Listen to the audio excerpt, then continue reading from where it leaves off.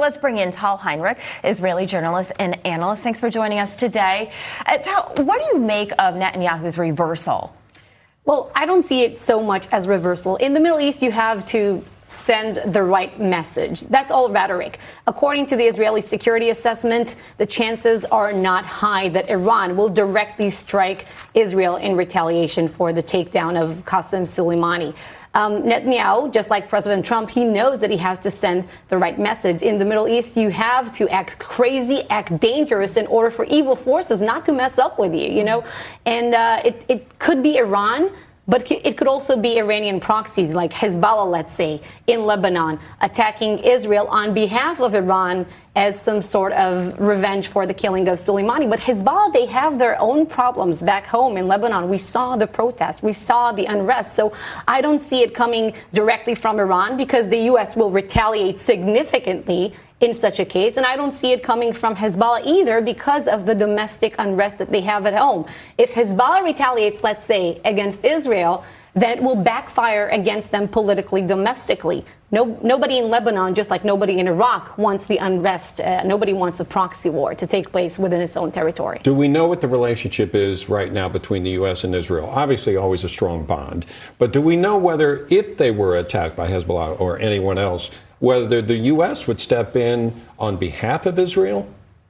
I do believe, as you said, the relationship is so strong. And I see where your question is coming from, because we saw the attack on the Saudi oil fields and everyone was pretty shocked that President Trump pretty much, not overlooked, but just continued with his own rhetoric instead of taking a military action.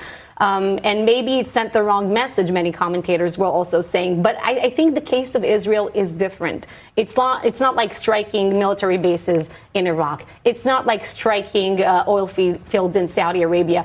If Iran really threatened and really targeted American or Israeli lives, I just don't see the U.S., staying out of this. But Israel, Israel is always ready to defend itself against Iran or its proxies. They have to exist. Exactly. Yeah. Be it Hezbollah, be it Islamic Jihad, which is supported by Iran or Hamas in Gaza, or even inside the territory of Syria. We've seen many strikes probably by Israel. Very rarely they take the responsibility. Right. They claim the responsibility, but within the territory of Syria, even when it's very, very deep.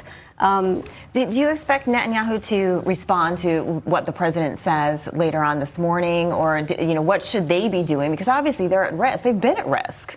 That's very true, and I think that's the key thing that we should pay attention to. Threats by Iran against Israel, this is really nothing new. All these chants that we now hear and media outlets in the U.S. are quoting as if it's new, death to America and death to Israel. In Israel, it's just everyone is used to this. And just an interesting note here, the name Qasem Soleimani, many people in the U.S. probably heard this name for the first time over the last few days, over the last week, right? But in Israel, every household is familiar with this name, familiar with the threat that he posed while he was alive. And that's why you won't see the debate so much in Israel concentrating right now around the question of whether or not he should have been killed, or whether or not there should have been, let's say, a congressional approval before such an action.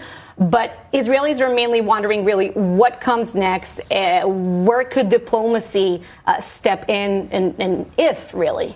Yeah. But the Trump administration really, Bob, Allison, it really put the Iranian regime, the way I see it, in a corner. There's a catch for them. Yeah. If they retaliate, then the U.S. will take action. And an action, 52 targets. But they have to do something. Exactly. Yeah. But that it will be as if the Iranian regime will commit a suicide. It's a suicide act, because such a retaliation on behalf of the U.S.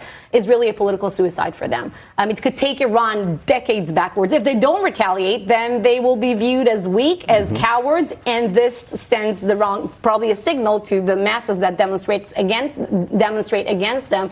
So they might be toppled. Oh, great insight. Thank you so much, Tal Heinrich, journalist and analyst. Thank you for joining us.